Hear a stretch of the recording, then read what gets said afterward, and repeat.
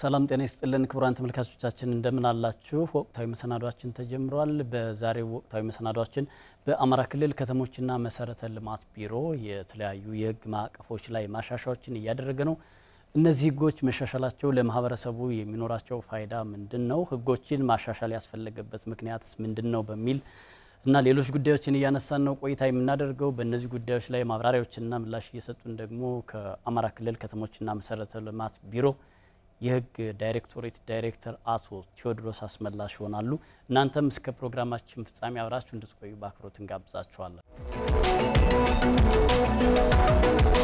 እንግዲህ የከተማና መሰረተ ልማት ቢሮ ህጎችን የተለያዩ ህጎች ላይ ማሻሻያዎችን እያደረገ ነው አዳዲስ መመሪያዎችን ደንቦችንም እንዲሁ እያወጣ እንደሆነ ይታወቃልና ምክንያቱ ምንድነው ማውጣት ያስፈልገበት ማሻሻል ያስፈልገበት እሺ ቢሮ ያው በዚህ በያዝነው 2017 በጀት ዓመት የህግ ማዕቀፎችን ማሻሻል አስፈላጊነቱን የታመነበት በመሆኑ በእቅድ ይዞ እየተንቀሳቀሰ ይገኛል አላማው አንዳንዶቹ መመሪያዎች ደንቦችና ያሰራር ማኑዋሎች ለረጅም ጊዜ ይቆዩ በመሆናቸው ከጊዜው ጋር የሚሄዱ አድርጎ ማሻሻል አስፈላጊ በመሆኑ ሁለተኛው አላማ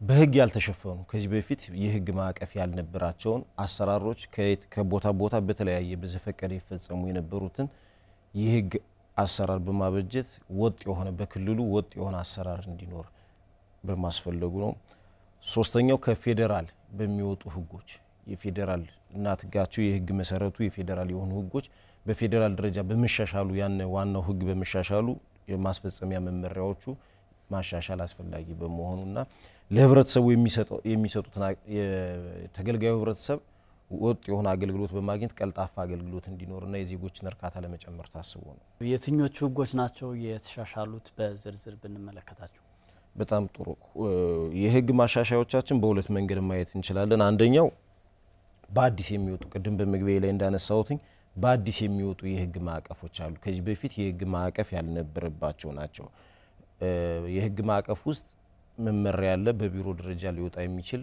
ደንብ አለ ከዛው ውጭ ደግሞ ስትራቴጂና ያሰራር ማኑዋሎችን ነው ያዘጋጀን የሚገኘው በዚህም የቤት ልማት ስትራቴጂ ከዚህ በፊት እንደ ክልል ያልነበረነ ሲሆን አሁን ላይ ግን ተዘጋጅቶ በካቢኔ ደረጃ ጸድቋልኝ ቀጣይ ሌሎች የሱ ማስፈጸሚያ መመሪያዎች በሚወርዱበት ሰዓት የተፈጻሚን የሚሆነው ከቤት ልማት ስትራቴጂው አንፃር ተያይዞ የቤት ማህበራት አደረጃጀት መመሪያ ይስተካከላል የመንግስት ሰራተኞች የቤት ማህበር አደረጃጀትን በዚሁ የሚካተት ነው የስመ ንብረት ዝውውር ጥቅል የስመ ንብረት ዝውውር አለን ግን የቤት ልማት ስትራቴጂው ጋር ተያይዞም ደግሞ የራሱ ፓርት ስላለው ይህን ተከትሎ የሚሻሻል ይሆናልኝ በአጠቃላይ 9 ከማኑዋሎችን ጨምሮ በአዲስ የሚወጡ ሲሆኑ 7 የማሻሻያ ናቸው ከነዚህ ውስጥ ሁለቱ ስትራቴጂና ማኑዋል ናቸው አንደኛው የቤት ልማት ስትራቴጂ ነው የቤት ልማት ስትራቴጂ እንደሚታወቀው የቤት ልማት መርሃ ግብራችን የተለያዩ የቤት ልማት መርሃ ግብር አለ አንደኛው በአልሚዎች በግለሰብ አልሚዎች በስፋት የሚታወቀው ሪል ስቴት ነው ሪል ስቴትን የሚመለከት አለው ሁለተኛው በመንግስት የሚለሙ ቤቶች አሉ በመንግስት የሚለሙ ቤቶች በተለያዩ አማራጮች አሉ እነዚህ አማራጮች ውስጥ አንዱ ሰፊ ችግር የሚፈታው በተለምዶ በፊት ኮንዶሚኒየም የምንለው ነበር አሁን ላይ በክልላችን እየተገበረ አይደለም በቀጣይ ግን በስትራቴጂው አመላክተናል እንደዚህ አይነት የቤት አማራጮች ህብረተሰቡ በትንሽ ቁጠባ ሌላውን በብድር መልክ ከመንግስት ወተለያዩ አበዳሪ ተቋማት አግኝቶ ቤቶች ይገነቡና ህብረተሰቡ ቀስ ያለ እየከፈለ መኖሪያ ቤቱን የሚያገኝበት ነው ሁለተኛው ሁሉም ሰው የቤት ባለቤት አይሆንም የቤት ባለቤት ማድረግ አይቻልም ሁሉም ሰው የትኛው ሀገር ያደጉ ምንላቸው ከተወሰኑ ሀገሮች በስተቀር ሁሉም ሰው የራሱ ቤት አይኖርም ቢያንስ ግን ክራይ በቀላል ዋጋ ተከራይቶ በፈለገው ቦታ ላይ የክራይ አክሰስ ወይም የክራይ አገልግሎት የሚያገኝበትን የሚያስችል ነው ስለዚህ የተለያዩ አማራጮች በስትራቴጂው ተመላክተዋልኝ ያን መሰረት በማድረግ በግል የያዙትን ቦታ ሁሉ ገንብተው በተለያየ እንደ ሪል ስቴት ተጠቅመው የሚገነቡበት የሚያከራዩበት ነው አሁን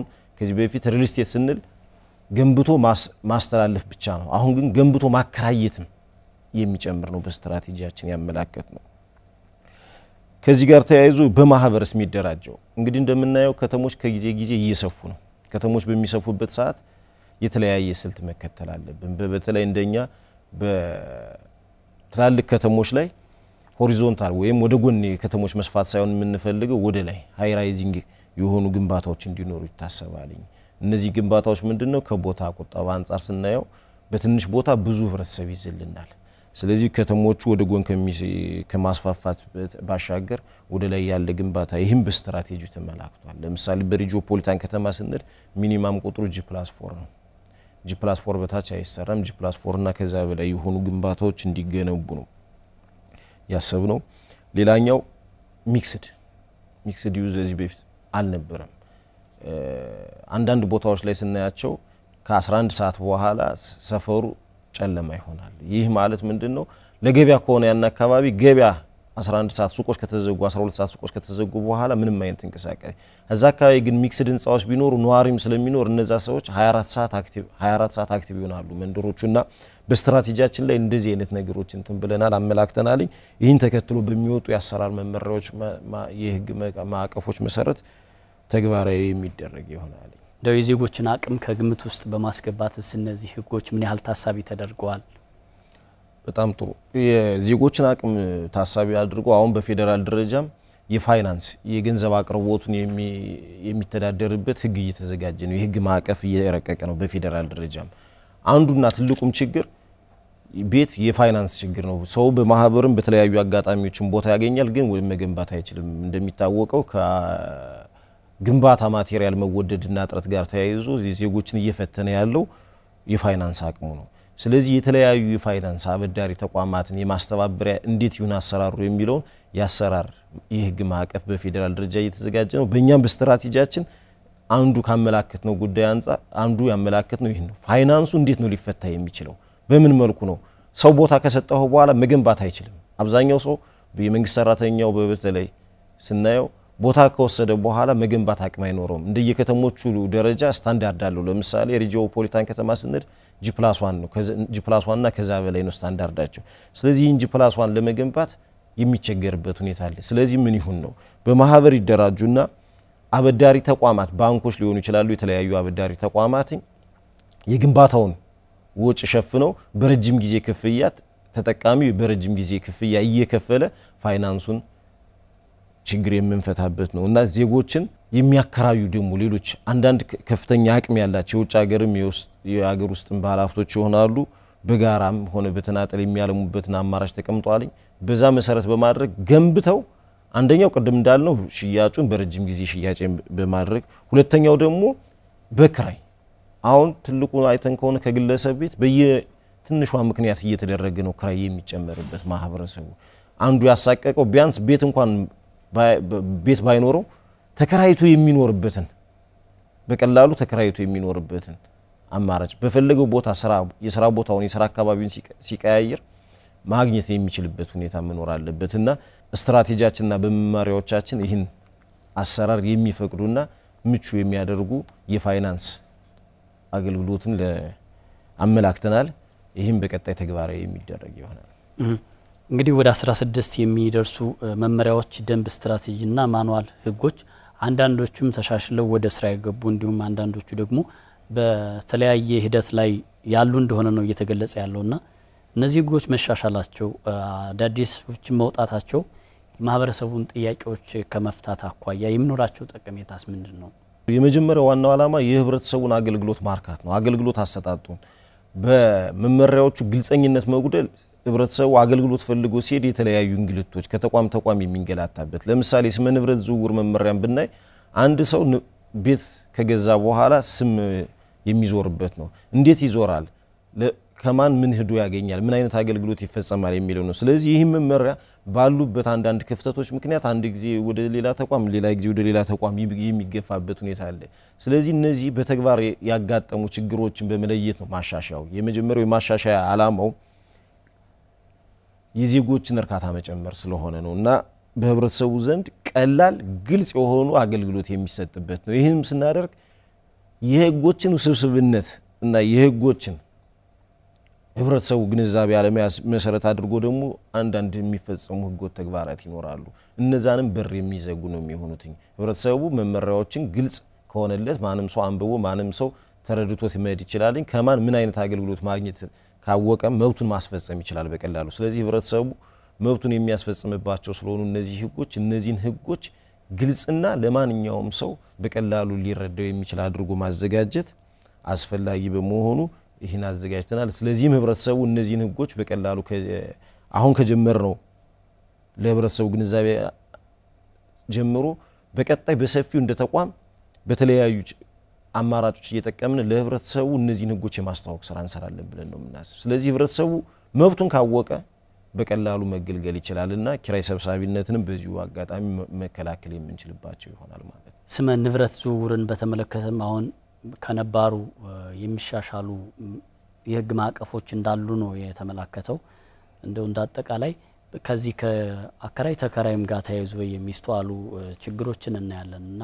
እነዚህን ችግሮች ከመፍታት አንፃር ምንድነው እነዚህ ህጎች መሻሻላቸው በማህበረሰቡ የዕለት ተዕለት ህይወት ላይ የሚያመጡት ፋይዳ አከራይ ተከራይን ካየነ በተለይም አከራዩ በፈለገ ሰዓት የፈለገውን ዋጋ የመጨመር በቀጣይም ደግሞ ተከራይተውን ደግሞ በተቃራኒው ደግሞ ስናየው የተከራየው ህብረተሰብ ለአከራዩና ለሰፈሩ ሁከት የሚፈጠር ይሆንበታል ስለዚህ በአከራይ ዘንድ ምን አይነት መብቶች አሉት በተከራይ ዘንድ ምን አይነት መብቶች አሉት የሚባለው ከዚህ በፊት በህግ አልተወሰነም በአከራዩና በተከራዩ መልካም ፍቃድ ነው የሚኖረው አሁን በሀገር ደረጃ አዋጅ ቁጥር 1320 ይባላልኝ በፌደራል ደረጃ በህዝብ ተወካዮች ምክር ቤት ጸድቆ ወደ ተግባር የወጣ አዋጅ አለ ክልሎች መመሪያ የማውጣት ስልጣን ተሰጥቷል ቢሮአችንም ይህን መመሪያ አዘጋጅቶ መከተል የሚገባውን በዚሁ አጋጣሚ ለህብረተሰቡ ግንዛቤ እንዲሆን የምፈልገው ምንድነው አንድ መመሪያ ይሻሻላል ሲባል ዝም ብሎ ቢሮ ብቻ አይደለም ያሻሽለው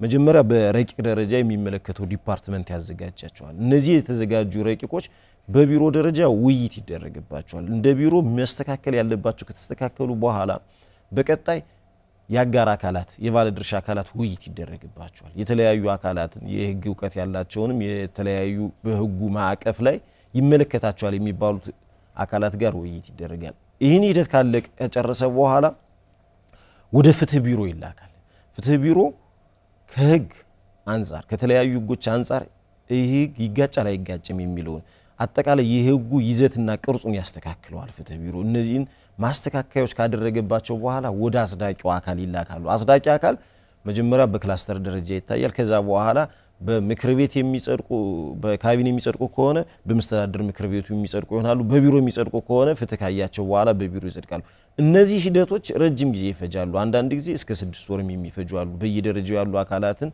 እየተገናኙ ውይይት ለማድረግ ስለሚፈልግ ስለዚህ እነዚህን በማድረግ አሁን ያከራይ ተከራይን ካየነው መመሪያው በቢሮ ደረጃ ተዘጋጅቶ ውይይት ተደርጎበት ወደ ፍትህ ቢሮ ወዷል ፍትህ ቢሮም ጋር ሰሞኑን ውይይት አድርገናል በአንዳንድ ሐሳቦች መስተካከል ያለባቸው ይስተካከልና ይሄ የህግ ማዕቀፍ እንደኛ ክልል ተግባራዊ ይደረጋል ስለዚህ ተግባራዊ ሲደረግ በአከራይ በኩል የሚሰጣቸው ጥቅሞች ምንድናቸው እንደው የህብረተሰቡ ማወቅ ያለበት በአከራይ በኩል በቤቱ ላይ ጉዳት ማድረስ እንዳይችል ለምሳሌ ያነሳውልህ ያሉት በቤቱ ላይ ጉዳት የሚያደርስ ከሆነ ይህን ሰው ማከራይ ማህበረሰቡን የሚያውቅ አንዳንድ ሰዎች ከተከራዩ በኋላ የባህሪ ለውጥ ታያል ሊከራዩ ሲሉ ባህሪያቸውን ጥሩ ሆኗል ከተከራየ በኋላ ግን ሰክሮ እየገባ ከተከራየበት ቤት ውጭ ያለ ጎረቤት ሁሉ እስከመረበሽ የሚደርሳል እነዚህ ምክንያቶች ያለ ምንም ማስጠንቀቂያ የሚያባሩ ናቸው በሌላ በኩል ደግሞ ለተከራዩስ ምን ይጠቅም ይሰጣል የሚለውን ካየነ ጭማሪ እዚህ በፊት ሊደረግ እንደነበረው በዘፈቀደ አይደለም እዚህ በኋላ ጭማሪ የሚደረገው በመንግስት ነው የሚታወጀው መንግስት ያለውን የአገራዊ የዋጋ ግሽፈትና ሌሎችን ከዛ ላይ የተቀመጡ መስፈርቶች አሉ እሱን መሰረት በማድረግ ይወስናል ስለዚህ ክራይ የሚጨመረው ከዚህ በኋላ መንግስት ይህን ያህል % አሁን ካለው የክራይ ዋጋ ይህን ያህል % ነው መጨመር የሚቻለው የሚለው በሚያውጀው መሰረት ይሆናል ሁለተኛ ያለ ማስጠንቀቂያ አይባረርም አንድ ሰው አሳማኝ ምክንያት እንኳን ቢኖረው የተቀመጡ ጊዜዎች አሉ በዛ ለምሳሌ ቢሸጥ እስከ 6 ወር ሊጠብቀው ይችላል ወይም የገዛው ሰው ያንን ተከራይ ችግር የለውም ይቀጥል ካላለ በስተቀር 6 ወር ቢሸጥ እንኳን አይደለም ጥቅል ከ2 አመት በበታች አይደረግም ያከራይ ተከራይ ውል ከዚህ በኋላ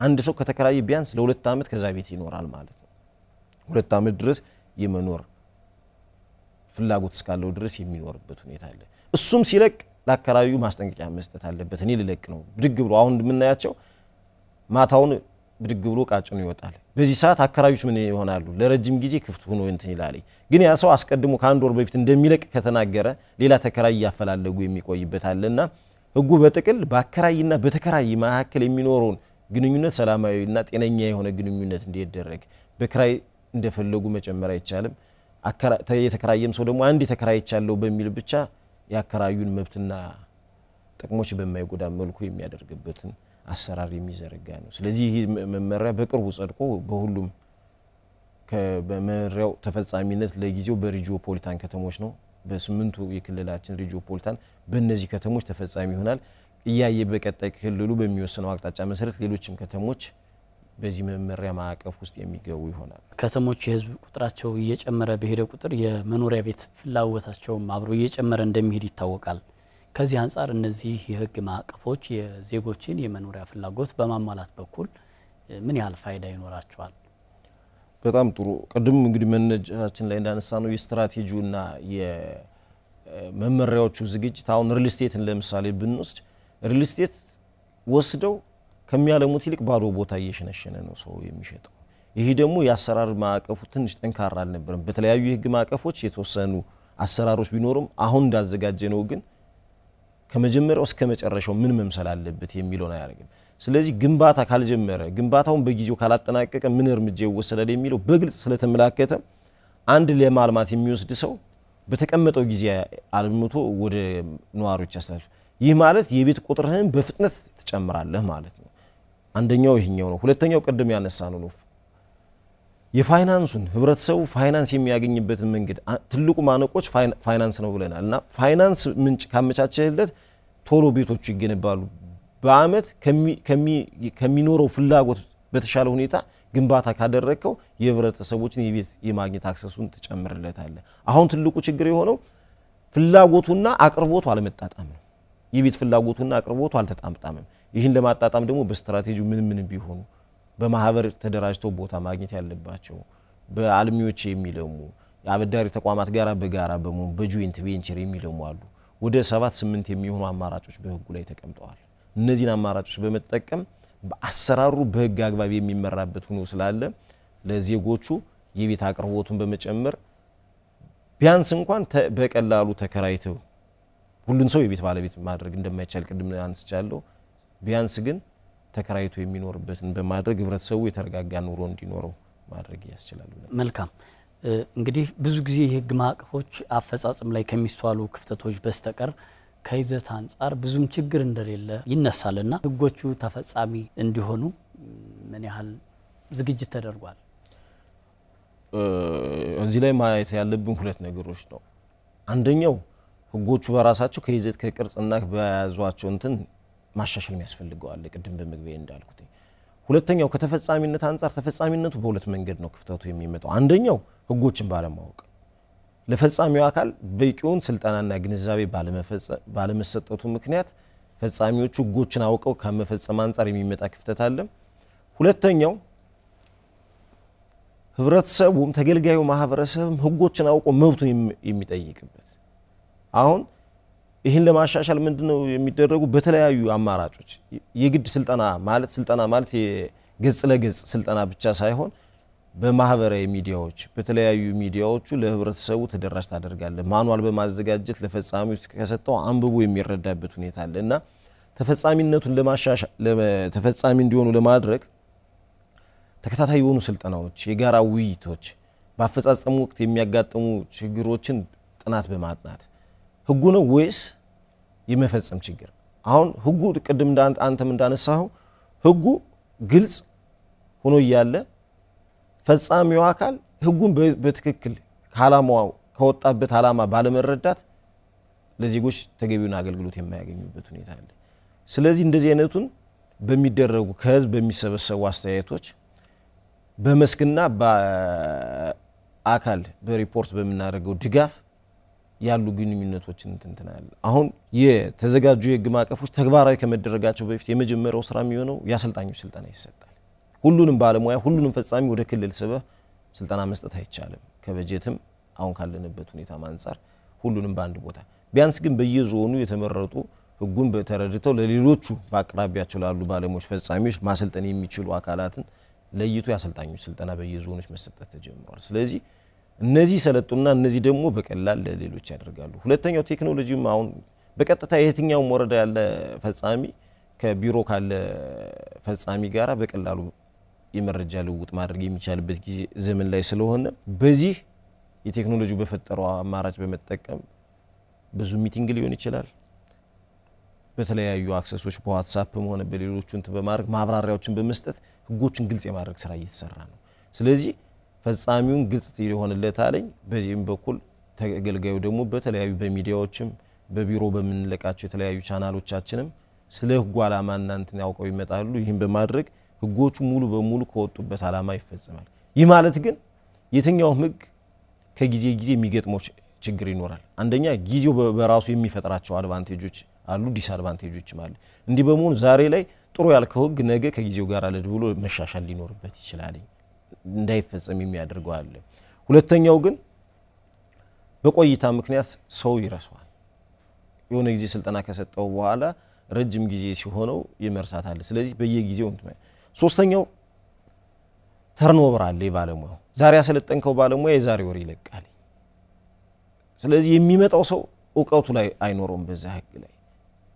ስለዚህ ምንድነው የሚሆነው የፋይናንስ የበጀት ጉዳዩን እያመቻቸን ቢያንስ በየ6 ወሩ ስልጠና መስጠት አለብን። ያ ባይሆን ግን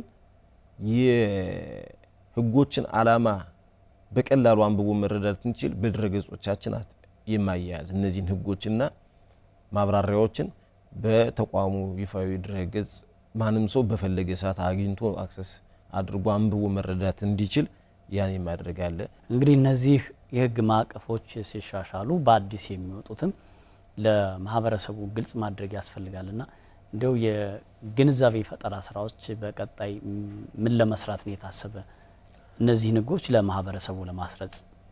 የመጀመሪያው ግንዛቤው የሚጀምረው ቅድም እንዳልኩ በውይይት ነው። ገና በረቂቅ ደረጃ የህብረተሰቡን ይወክላሉ የሚባሉ የምክር ቤት አባላት የተለያዩ ማህበራት እንዲወያዩበት ይደረጋል።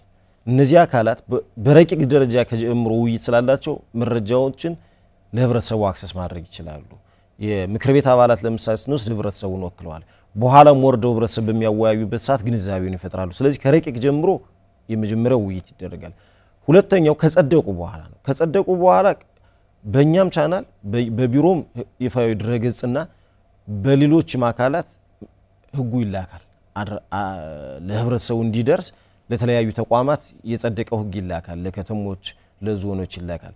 ዞኖች እና ከተሞች ደግሞ ህብረተሰብን ይዘው ያወያያሉ። ቀጥታ ቢሮ ከህብረተሰቡ ጋር ውይይት ባያደርግም የቢሮ አካል እስከሆኑ ድረስ ከተሞችና የዞን መምሪያዎቹ እነሱ በየከተማው ማህበረሰቡን እያገኙ ግንዛቤ ይፈጥራሉ።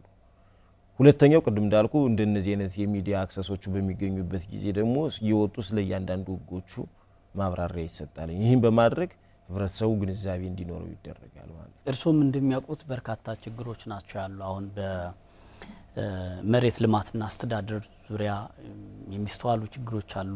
እነዚህን የሚስተዋሉ ችግሮች በመቅረፍ በኩል እንዳጠቃላይ እነዚህ ህግ ማዕቀፎች ምን ለውጥ ያመጣሉ ብለን እንጠብቅ? በጣም ጥሩ። የአንደኛው ግንዛቤ መያዝ የሚገባው በህገ መንግስቱ መሬት የማስተዳደር ስልጣን የፌደራል መንግስት ነው። አዋጁም የሚወጣው በፌደራል ደረጃ ነው። መሬት ማኔጅመንትን የሚመለከቱ ዋናው አዋጅ የሚወጣው በፌደራል ነው። አሁን እየሰራንበት ያለው የሊዝ አዋጅ 721/2004 የወጣ አዋጅ ነው። ይህም በመሻሻል ሂደት ነው። የተለያዩ ሂደቶችን የውይይት ሂደቶችን አልፏል። በቅርቡ ጸድቆ ወደ ስራ ይገባል ተብሎ ይጠበቃል። ይህ ማለት በአፈጻጸም ወቅት እየታዩ ያሉ ክፍተቶችን የሚሞላ ይሆናል። ስለዚህ በፌደራል አዋጁ ያልተሸፈኑና በአዋጁ ያልተፈቀዱ ጉዳዮችን ህብረተሰቡ እንኳን የሚፈልጋቸው ሆኖ ብናገኛቸው አዋጁ እስከሚከለክል ድረስ አዋጁ እስከሚሻሻል የግድ የምትጠብቃቸው ጉዳዮች ይኖራሉ። አንዳንዱ ስታዩ መሬት ላይ ህብረተሰቡ ይፈልጋል አገልግሎቱን ግን በአዋጁ ያልተፈቀደ ከሆነ እንትናትም ለምሳሌ ድሮ የነበረ አሰራር ብንወስድ ድርድር የሚባል ነበር።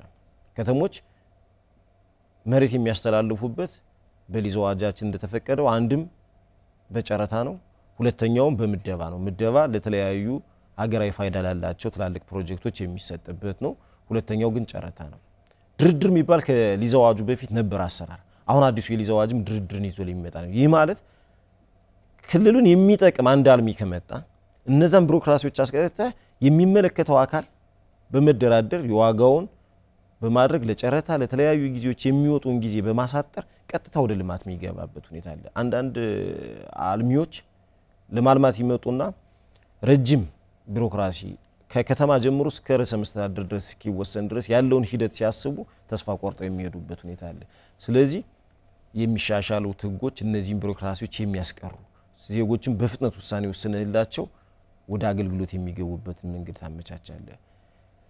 አዋጁ በዛ መልክ እንዳለ ግን አዋጁን ተከትለው ደግሞ የሚወጡ በቢሮ ደረጃ የሚወጡ ወይም በክልል ደረጃ የወጡ መመሪያና ደንቦች አሉ። እነዚህ መመሪያዎች በትክክልስ በአዋጁ የተፈቀዱትን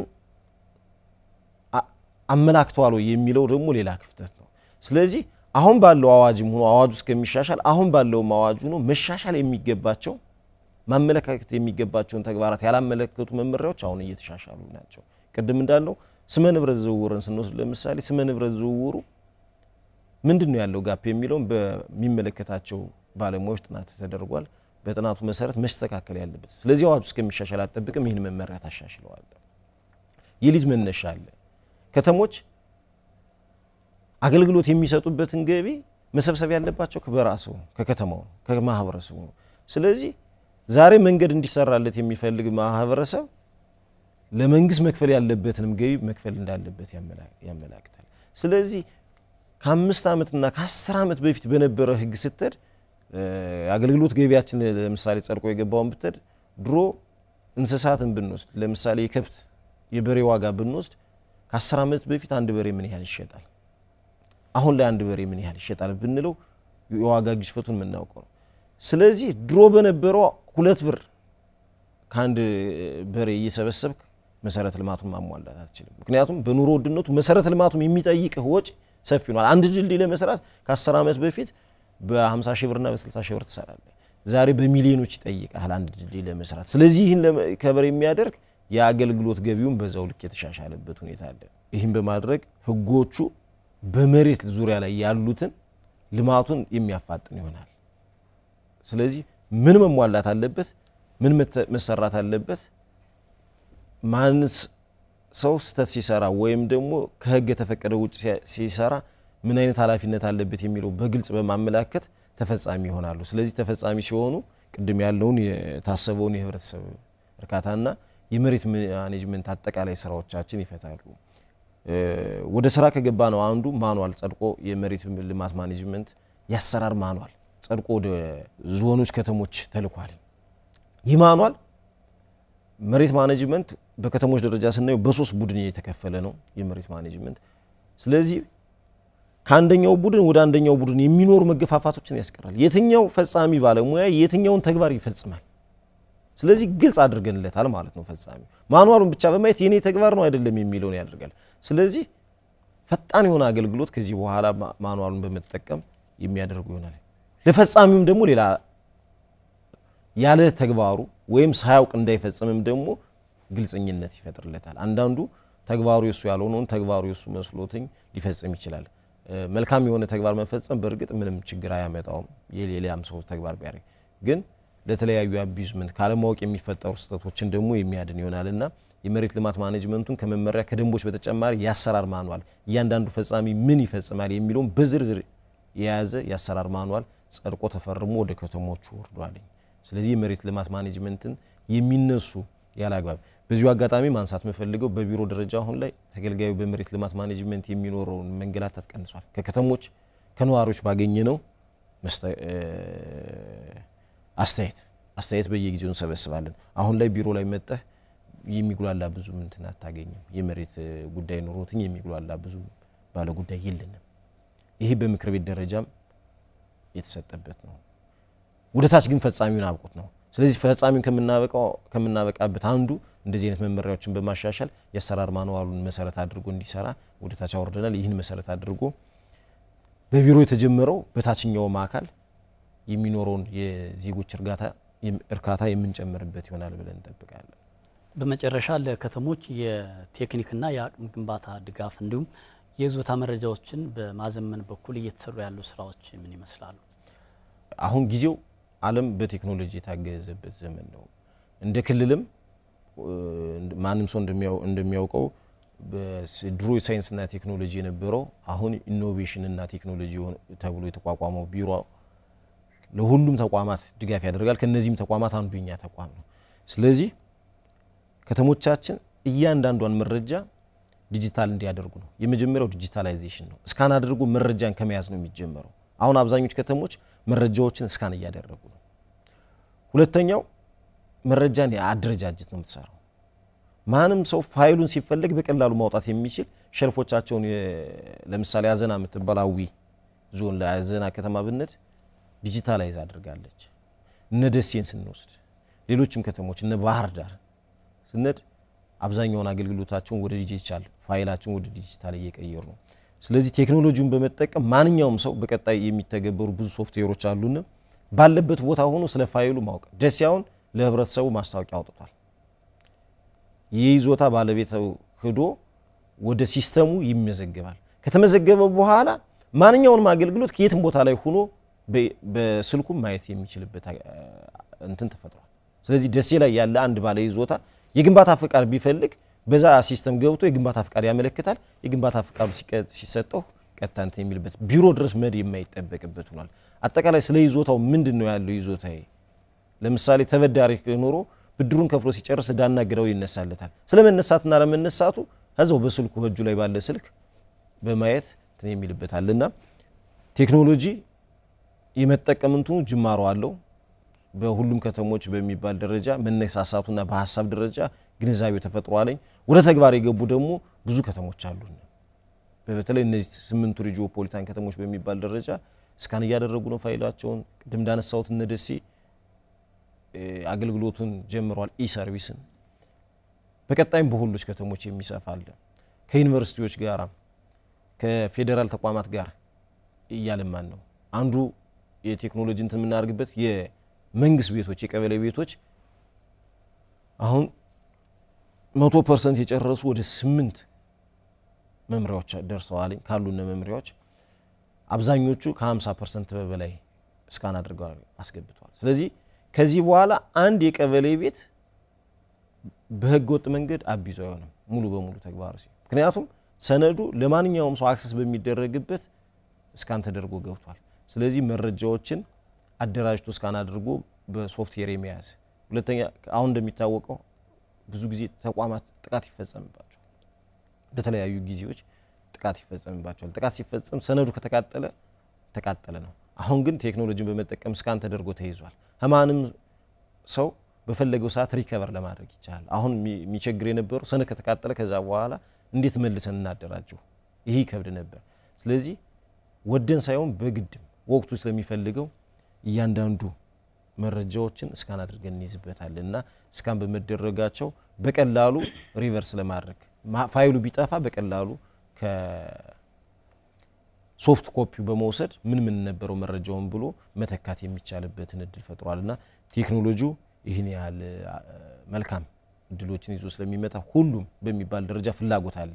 አሁን ትልቁ ችግር የሚሆነው የበጀት የተለያዩ እንትኖችን ነው። እነዚህን ደግሞ ከተለያዩ አካላት ጋር በማቀናጀት ቢያንስ ስካነር ኮምፒውተሮችን ለጊዜው ስካን ተደርጎ መረጃው መያዝ ስላለበት እየተሟላበት ሁኔታ አለ።